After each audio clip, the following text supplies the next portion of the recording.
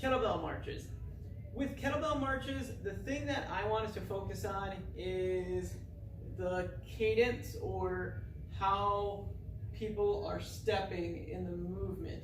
So when I think of progressing people, I don't want people to go from this goblet position to Simba position if their low back's gonna arch. So if somebody's dealing with that mobility issue, don't have them go overhead if their arch, or if their low back's gonna arch. Keep them in that tall and tight position, tucked down, and have them go from here to as high as they can go without arching their low back. And if their low back is still gonna be arching, take out the movement, see what maybe overhead may look like, and if that's even more of an issue, you can bring them into a rack or the suitcase. So in the case that members may not have that mobility overhead, there are options we can play with. Again, it's just depending on where the member's at. Ideally, we want them to follow the progressions of the color belt system, but there's always going to be areas where we might need to change that, and that's okay. The other thing to keep in mind when it comes to these marches is if people are struggling left and right and arching from side to side, they're not ready to progress. A good rule of thumb to see where somebody's ready to progress on the marches is that they're showing control throughout the movement by pulling their leg forward, holding, and taking their time. So if you can see somebody march and they're struggling and they're just really struggling with keeping themselves balanced, they're not ready for that progression. But when they are ready, is that they show that they're stable through the feet, that they're able to control their balance. Next is the half kneeling press. Grabbing the bag from the outside, squeezing tight, pressing up, pulling back down. Now, when it comes to this overhead motion, if whoever you're working with is still feeling like they're struggling because of mobility, keep them here. But for the most part, everybody else should start progressing to the other color belts and progressions with the half kneeling press.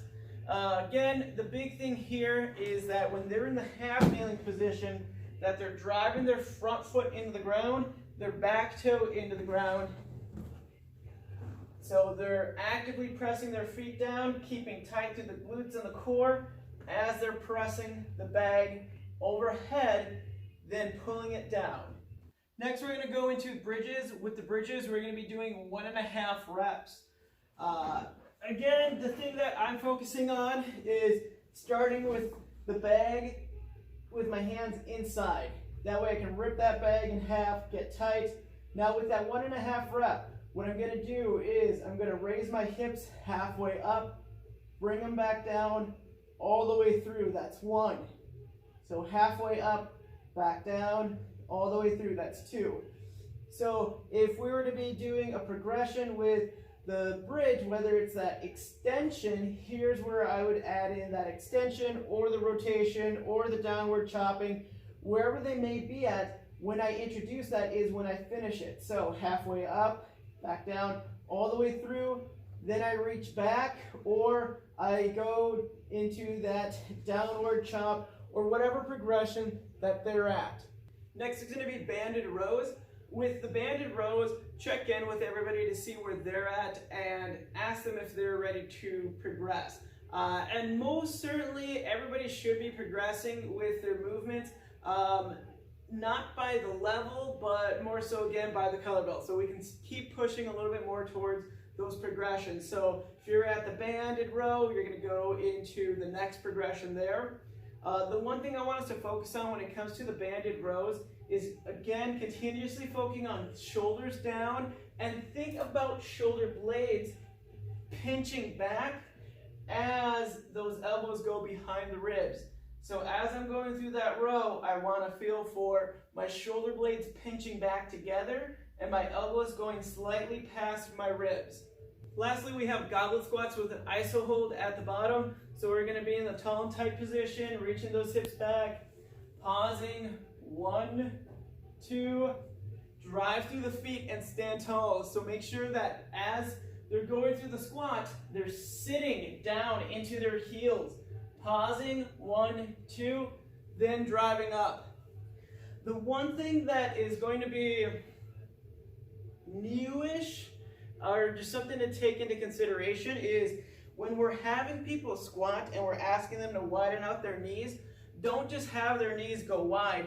Focus on them having their hips pull the knees outward a little bit more. And what I mean by that is, as you're squatting down, focus on the knees going out from the hips pulling the knees outward. So as I'm squatting, I'm focusing on my hips pulling my knees apart. That way, when I'm going through that squat, I'm getting my glutes to do more of the job rather than focusing on my ankles and feet turning my knees outward.